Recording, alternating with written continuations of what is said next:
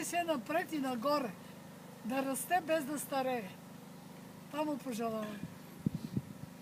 В бъдещето. Се бъде. Да почвам ли? Да.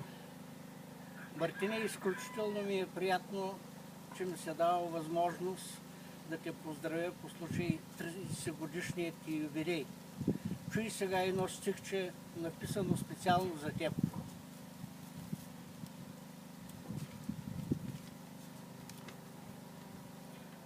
Нека с радост винаги са пълни твоите очи, нека споделено с близки щастие изпълнят светлите ти дни, добротата в сърцето се съхрани и честността, с която си роден, здравето да ти съпътства всеки Божи ден, да посрещаш 100 години своя ден рожден. От Свако! Здраве! Със здраве, да.